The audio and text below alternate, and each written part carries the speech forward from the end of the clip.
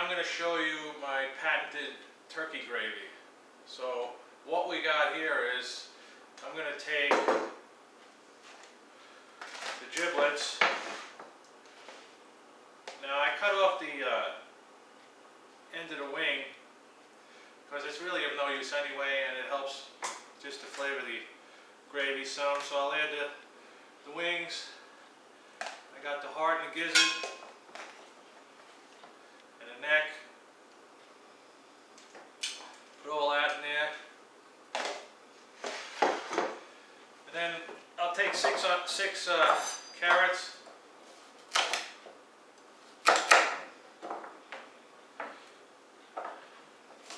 This really doesn't matter.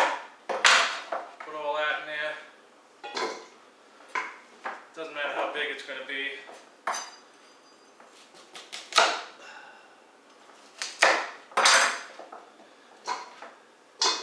And this is where you get to use the middle of the celery. You always wondered what to do with it.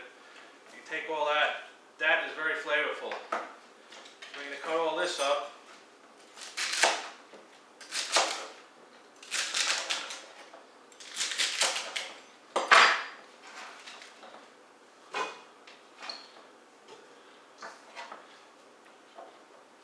I'm not going to use all of it. I'm just going to use these white parts and the flour. Okay? And then I'm going to take a pretty good sized onion.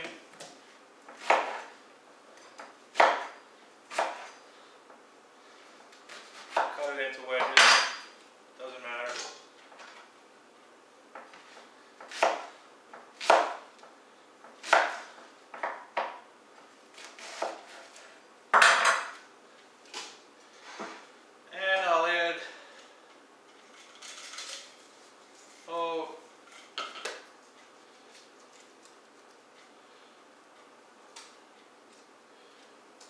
About 6 bay leaves, and then I'm going to add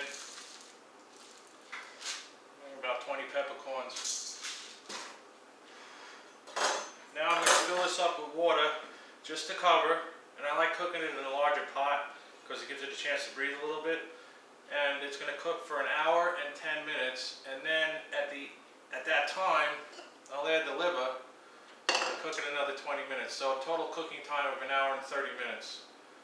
And also, I'm going to put some salt in. I'll put about a good teaspoon of salt.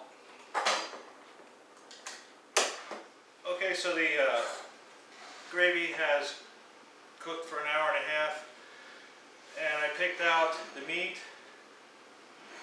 and the bay leaves. So here's about 8 or 9 cups of stock, so I'm going to add some back into the pot, and we still got all the vegetables and everything in there.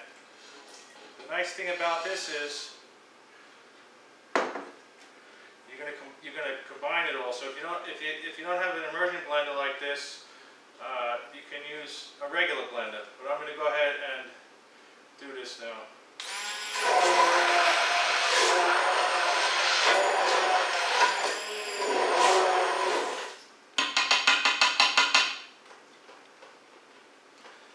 Okay, so now you can see how it looks, and I'm going to go ahead and add back in the stock. This is ready to cool down, and tomorrow, once the turkey comes out, I'm going to add pan drippings to this. And that's how I get a gallon of stock or a gallon of gravy out of every time I make a turkey, because I make the base first the day before. It's a lot easier.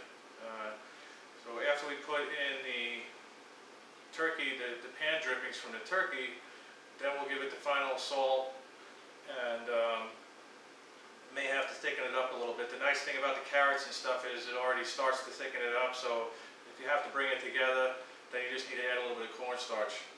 So I'm going to put this away now. I'm going to let it cool, and then I'm going to put it in the refrigerator.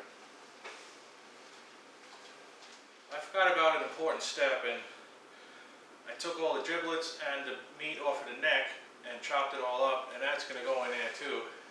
So we'll add all this in there.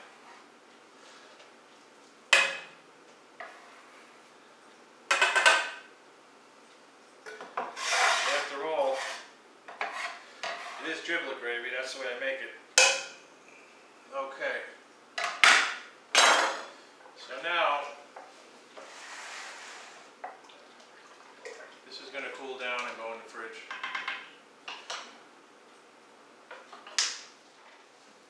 Okay, so I got the gravy here, and now I'm going to add the pan drippings. I got about 4 cups. And we're going to do our first tasting. We'll see.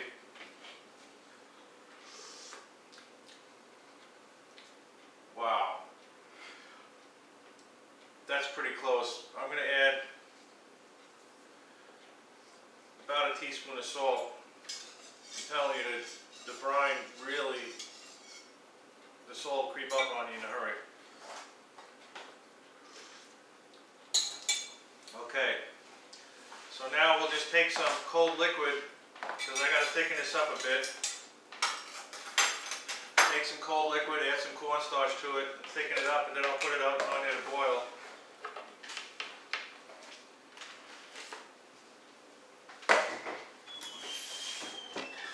I'm just gonna mix the cornstarch in some cold water.